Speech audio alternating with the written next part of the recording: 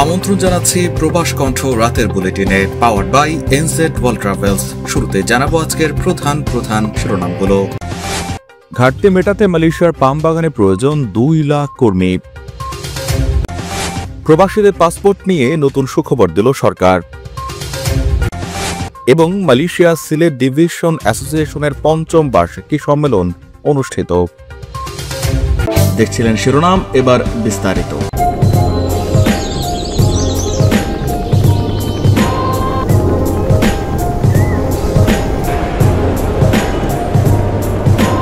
Fly with Enjetric, myenjetric.com. মালয়েশিয়ার দ্বীপরাজ্য সারাওয়াকের পাম বাগানে প্রয়োজন 2 লাখ কর্মী। পাম বাগানের শ্রমের ঘাটতির কারণে বিদেশি শ্রমিকদের অনুমোদনের সময় 90 দিন থেকে কমিয়ে 45 দিন করেছে সরকার। 7 জানুয়ারি এই তথ্য জানিয়েছে দেশটির জাতীয় দৈনিক নিউজ ট্রেড টাইমস। রাজ্যের খাদ্য, শিল্প, পণ্য আঞ্চলিক উন্নয়ন মন্ত্রী দাতুশ্রী ডাক্তার স্টিফেন রুন্ডি এক বিবৃতিতে বলেছেন, এমন কিছু ক্ষেত্রেও অনুমোদন পেতে 2 বছর সময় লেগেছে। ইন্দোনেশিয়ায় 5 দিনের কর্মসফর শেষে সাংবাদিকদের তিনি বলেন, আমাদের আবেদন প্রক্রিয়া ত্বরান্বিত করা দরকার। মন্ত্রী বিদেশি কর্মীদের আবেদন সংক্রান্ত বিশেষ করে সীমান্তের উভয় দিকে সমস্যা রয়েছে তা সমাধানে ইন্দোনেশিয়া সফর করেছেন। রুন্ডি বলেন, সারাওয়াকের 1.62 মিলিয়ন হেক্টর পাম বাগানের জমির জন্য 2 লাখেরও বেশি শ্রমিকের প্রয়োজন। ইন্দোনেশিয়ার রুন্ডি Sarawak land consolidation and rehabilitation authority নিয়োগ এজেন্টদের সঙ্গে আলোচনা করেছেন এবং তাদের এই বছরের নিয়োগের পরিকল্পনা সম্পর্কে ব্রিফ করেন। মালয়েশিয়াতে পাওয়ার এনার্জি ড্রিঙ্কস কিনলে পেতে পারেন মোটরসাইকেল, বাইসাইকেল ও আকর্ষণীয় 2 শতাধিক গিফট হ্যাম্পার। মালয়েশিয়ার যে কোনো দোকান থেকে 6 রিঙ্গিতের পাওয়ার কিনে ইনভয়েসে আপনার নাম ও মোবাইল নম্বর লিখে আজই পাঠিয়ে দিন পাওয়ারের ফেসবুক পেজে। অফারটি চলবে আগামী 28 ফেব্রুয়ারি পর্যন্ত। তিনি কর্মী নিয়োগের বিষয়ে আলোচনা করতে ইন্দোনেশিয়ার আন্তর্জাতিক কর্মী বাহিনী পরিচালনার জন্য নিবেদিত একটি সমিতি অ্যাসোসিয়েশন অব পেরসুয়াহান জাসা তেনাগা কেরজা ইন্দোনেশিয়ার প্রতিনিধিদের সঙ্গেও দেখা করেছেন। 2014 সালে জনশক্তি কর্মসংস্থান ও প্রশিক্ষণ ব্যুরো সারাওয়াক প্রদেশে কৃষি খাতে পাঠানোর জন্য 5000 বাংলাদেশিকে চূড়ান্ত করেছিল, কিন্তু তখন 2 সরকারের মধ্যকার G2G চুক্তিতে মালয়েশিয়া সরকারের আগ্রহের অভাবে শেষ পর্যন্ত পাঠানো যায়নি। মালয়েশিয়ায় সারাওয়াকে বাংলাদেশি কর্মী নিয়োগে চলে কূটনৈতিক তৎপরতা। 2023 সালের 12 জুলাই বাংলাদেশের সাবেক হাই কমিশনার মোহাম্মদ গোলাম সারওয়ার রাজ্যের প্রিমিয়ার দাতুক পাটিঙ্গি তানশ্রী আবাং জহরিতন ওপেং এর সঙ্গেও বৈঠক করেছেন। বৈঠকে দক্ষ কর্মী নিয়োগে রাজ্য সরকার বাংলাদেশের সঙ্গে কাজ করার আগ্রহ প্রকাশ করে। সারাওয়াক রাজ্যকে সহযোগিতা করতে বাংলাদেশ প্রস্তুত রয়েছে এবং এক্ষেত্রে হাইকমিশন তথা বাংলাদেশ সরকারের পূর্ণ সহযোগিতার বিষয়ে আশ্বাস দেয় বলে জানান হাইকমিশনার।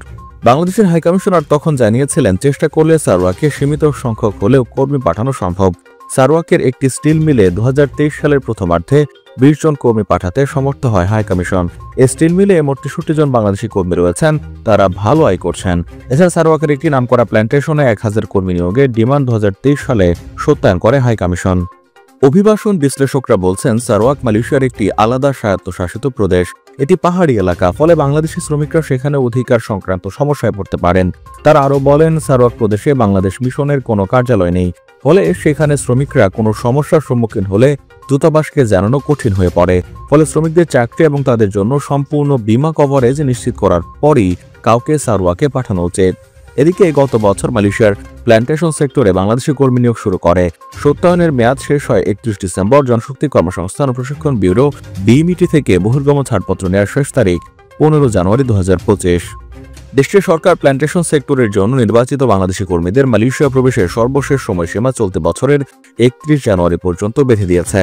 গত বছরের 4 নভেম্বর প্রবাসী কল্যাণ ও বৈদেশিক কর্মসংস্থান মন্ত্রণালয়ের ওয়েবসাইটে এক বিজ্ঞপ্তিতে জানানো হয়, রিক্রুটিং এজেন্টরা কর্মীদের থেকে সরকার নির্ধারিত সর্বোচ্চ অভিবাসন ব্যয় 78,990 টাকার অতিরিক্ত অর্থ নেবেন না।